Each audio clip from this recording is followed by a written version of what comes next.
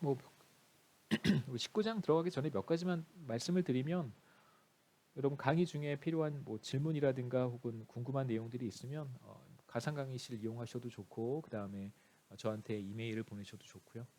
이제 다만 행정적인 부분에 있어서 익명으로 저한테 이메일을 보내시면 제가 답장을 하지 않습니다.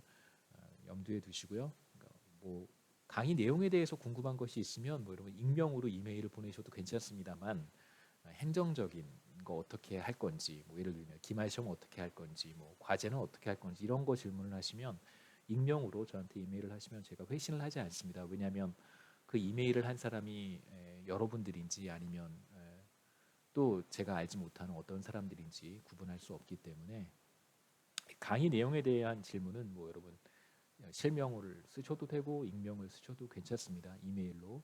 그래서 가능한 어드미니스트레이티브한 부분은 가상 강의실에서 익명으로 질문을 하시면 제가 답을 하고요.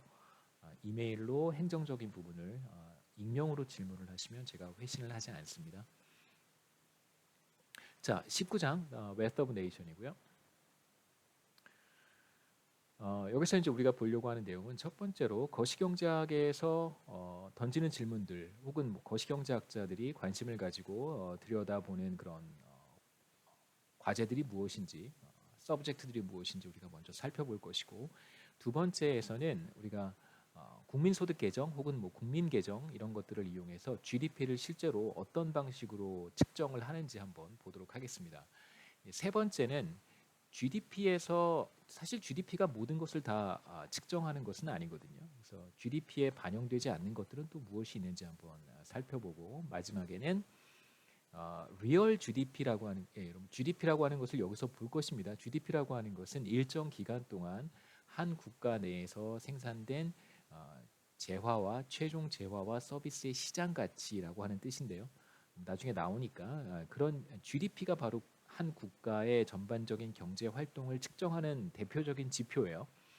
그 지표를 우리가 리얼로 볼 수도 있고 너미널로 볼 수도 있습니다. 그래서 리얼이라고 하는 것은 진짜란 뜻이 아니고요.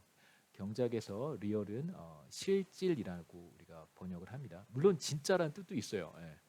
혹은 실물이라고 표현하기도 합니다. 그때 제가 설명을 해드릴게요. 여기에서의 리얼은 실질이라고 번역을 하셔야 되고 너미널은 명목이라고 번역을 합니다.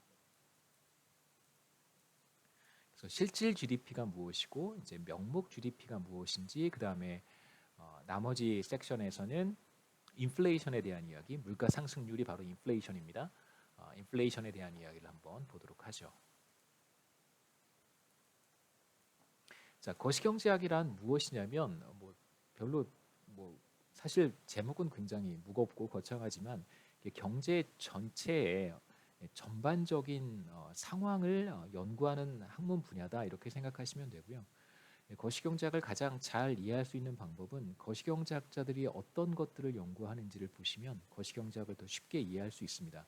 그래서 거시경제학에서 관심을 갖는 현상들은 바로 경제 전체의 산출량 혹은 우리가 이걸 GDP라고 부르기도 하는데요. 경제 전체의 산출량이 매년 어떻게 변화해 가는지 그 다음에 인플레이션이라고 표현하면 아직 여러분들이 익숙하지 않을 수 있기 때문에 주로 이제 우리가 여기서는 cost of living이라고 해서 생계비죠, 생활비.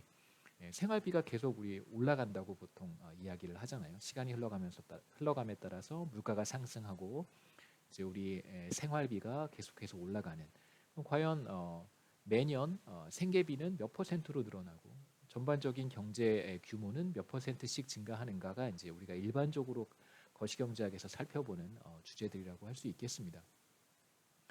그리고 이제 거시경제학에서는 또 이제 어떤 그 엑서사이즈를 많이 하냐면 이제 과거에 일어났던 일련의 사건들을 열심히 분석을 해요.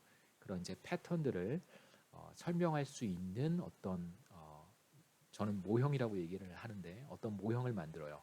그래서 그 모형을 가지고 어떤 또 작업을 해보냐면 앞으로 일어날 수 있는 그런 사건들을 한번 예측하는 데 이용을 하는 것이죠. 그래서 최근에 일어나고 있는 이제 코로나 바이러스 코비드 19이라고 하죠. 코비드 19 그 사건으로 인해서 세계 여러 국가의 경제 상황이 이제 극도로 나빠졌습니다.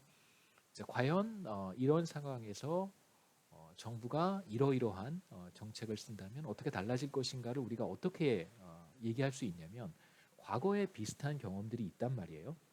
과거에 가장 가까운 과거에 10년 전에 글로벌 금융 위기라고 하는 경제 위기가 있었습니다. 그러한 경제 위기 상황에서 중앙 정부 그다음에 혹은 중앙은행이 수행했던 일련의 정책들의 효과를 거시경제학자들이 모형으로 만들어서 그 효과를 이미 다 많이 테스트를 했습니다. 그래서 그것들을 지금 상황에 그대로 한번 접목해 볼 수 있는 것이죠. 그래서 앞으로 뭐 중앙은행이 유동성을 이만큼 공급한다면 필요한 만큼 자금을 공급한다면 앞으로 경제 위기 상황이 얼마나 조금 더 개선될 수 있는가 이런 얘기들을 할 수 있겠죠. 그래서 미래를 예측하는데 과거의 패턴들을 우리가 이용해 볼 수 있습니다. 뭐 이제 여기에서는 주로 성장에 대한 이야기를 한 건데요. 네, 넘어가겠습니다.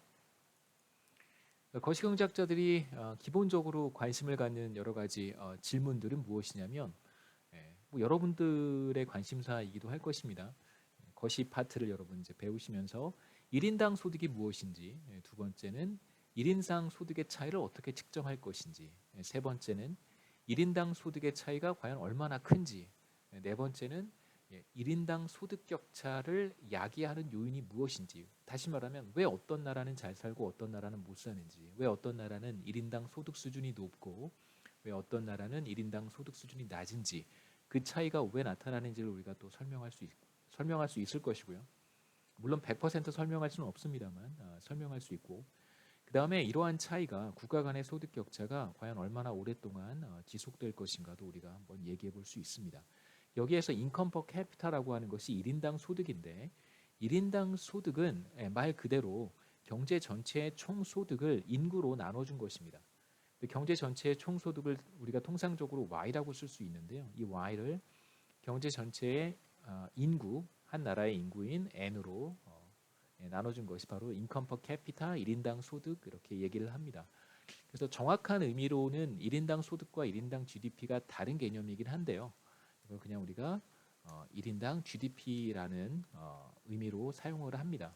사실은 이제 그 우리가 앞으로 보게 되는 국민 개정상에서 1인당 그러니까 소득이라고 하는 것의 정의와 GDP라고 하는 것의 정의는 서로 다릅니다. 하지만 거시경제학의 이제 우리 컨텍스트에서는 특별히 뭔가 구분을 하지 않는 한은 이 둘을 이제 같다고 보고 사용을 하니까요. 잘 알고 계시고요.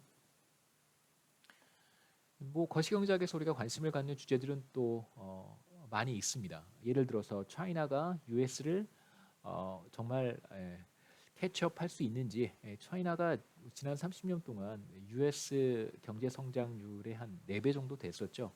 그러니까 US 경제가 연간 한 2%로 성장할 때 차이나는 뭐 8%, 9%씩 성장했었으니까요. 90년대 이후에 그렇죠.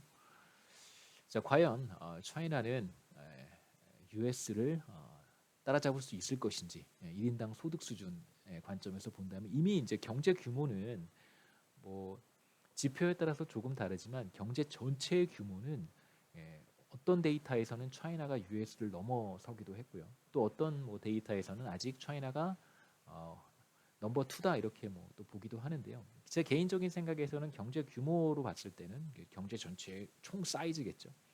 차이나가 US보다 크지 않나 이런 생각을 하고 있습니다.